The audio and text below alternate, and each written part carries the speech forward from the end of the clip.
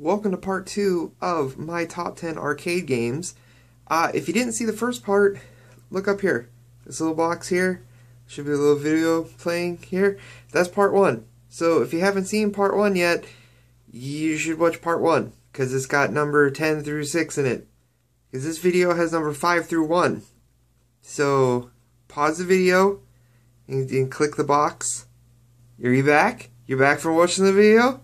Well, good. Let's get on with the countdown then.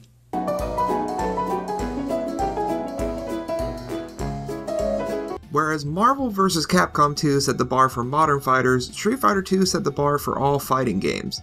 Any game that wasn't in the Street Fighter series at the time was a Street Fighter clone, in my opinion. I enjoyed the anime-inspired design of the characters, with Ryu becoming one of my favorite video game characters ever, and the bright colors in the level designs. Plus, there were mini-games like destroying a car or breaking as many barrels as you could to mix up the gameplay for single players, in case you didn't have anybody to play with in an arcade. This was a game I was unable to beat until there was a home version. I never had enough quarters for this one, mainly because it was just unbalanced in my opinion in the arcades.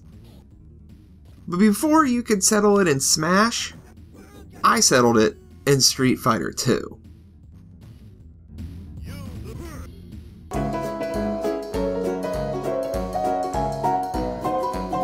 The X-Men are some of my favorite comic books, and when I saw that there was a 6-person arcade game of it, I about lost my mind.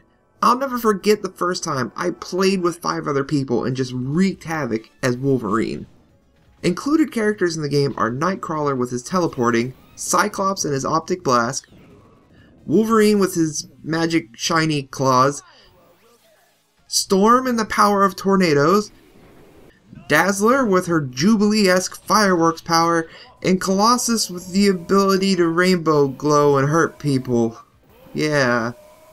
I never quite understood all the powers in this game, but being a great beat-em-up and having a 6-player mode overshadowed any flaws that I saw.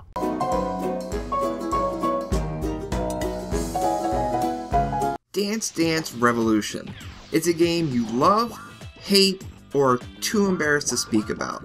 If ever there was a greater guilty pleasure game than this rhythm series, I don't know what it is. There's a wide variety of music types and songs. I always preferred the faster electronic songs. There was also skill settings ranging from basic, which was a very few arrows during a song, to oh my god, how do I even do this mode. While newer versions of the game distance themselves from the animated dancer and focus on a music video style, I always enjoyed watching the dancer dance along with me. DDR actually provided me with an exercise routine for a while, until my dance pad broke. Try this game if you get a chance. It may seem embarrassing, but I promise you, it's a lot of fun.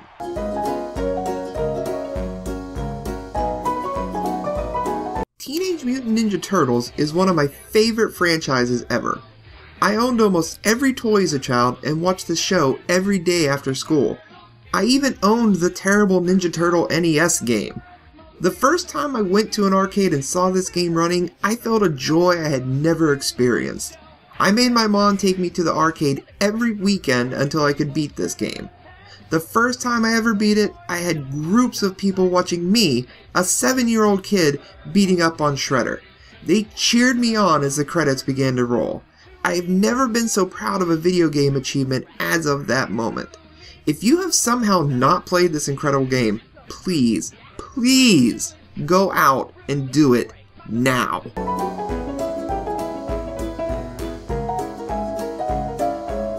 Pong. Yeah, Pong. I'm sure most of you weren't expecting this one at all. Or maybe you're really smart and were.